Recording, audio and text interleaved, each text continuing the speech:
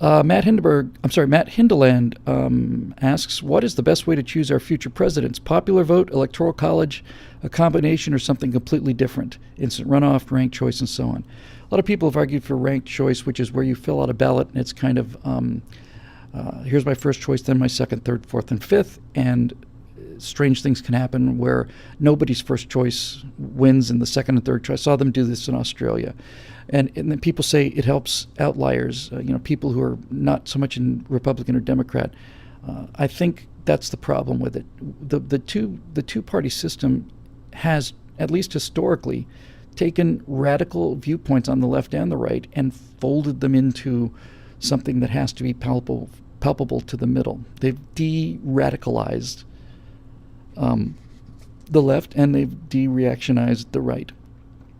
Because there's only two parties, you have to basically steer to the middle. You run to your right or your left in the primaries, but for the general election, you've got to make whatever ideas you have acceptable to the American people. So the fact that the idea of America with 7 political parties with the same kind of system as a parliamentary system is just, it's unimaginable to me.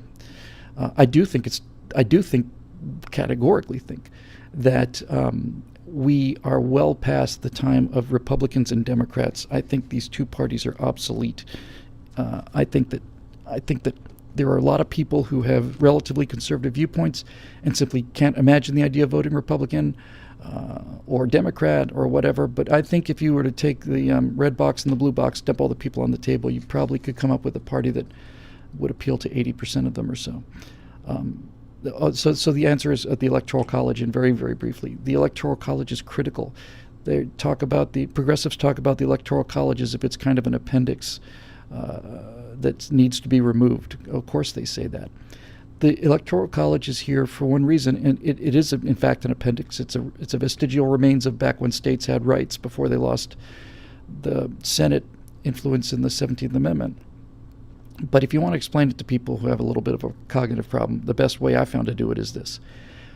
The United States of America is not really a country. I mean, it's certainly a nation, but it's not one homogenous nation. It's not like Scandinavia or Sweden or anything.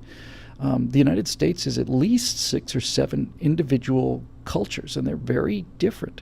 And a president has to appeal to New England Yankees, and he has to appeal to the Deep South. He has to appeal to the little Creole pocket down there in Louisiana. He has to appeal to the Southwest Arizona, New Mexico, Nevada desert dwellers. He's got to deal with the hippy-dippy Pacific Northwest.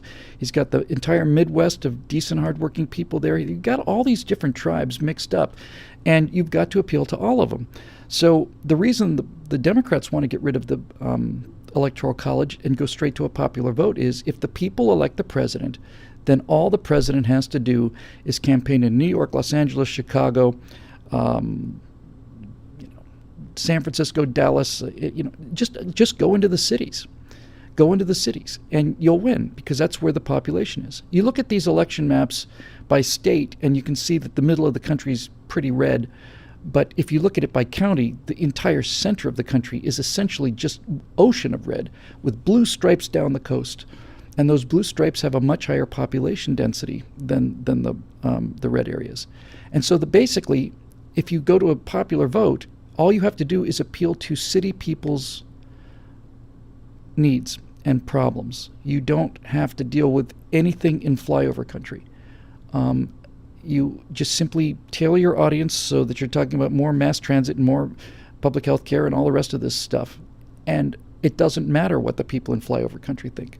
But the way the system is rigged now, when I say rigged, I mean assembled,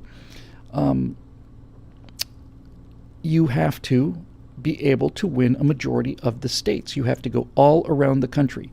And the thing that is most appalling to me, I think the system is very fair, and I actually think it's kind of brilliant. But what I can't stand is that California is 54 electoral votes. It's nearly a fifth, more than a fifth of probably of the way to get to the presidency, a fifth. And if you start the election 20% of the way, and then you throw in New York City and a couple of others like Illinois,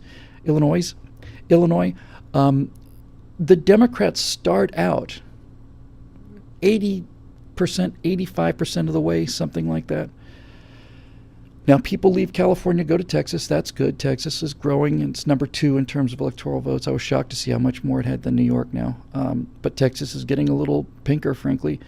And anyway, the idea is you've got to disperse the presidential appeal. You have to make the president appeal to a lot more people, and so that you have to win by the states. So anyway, there you go.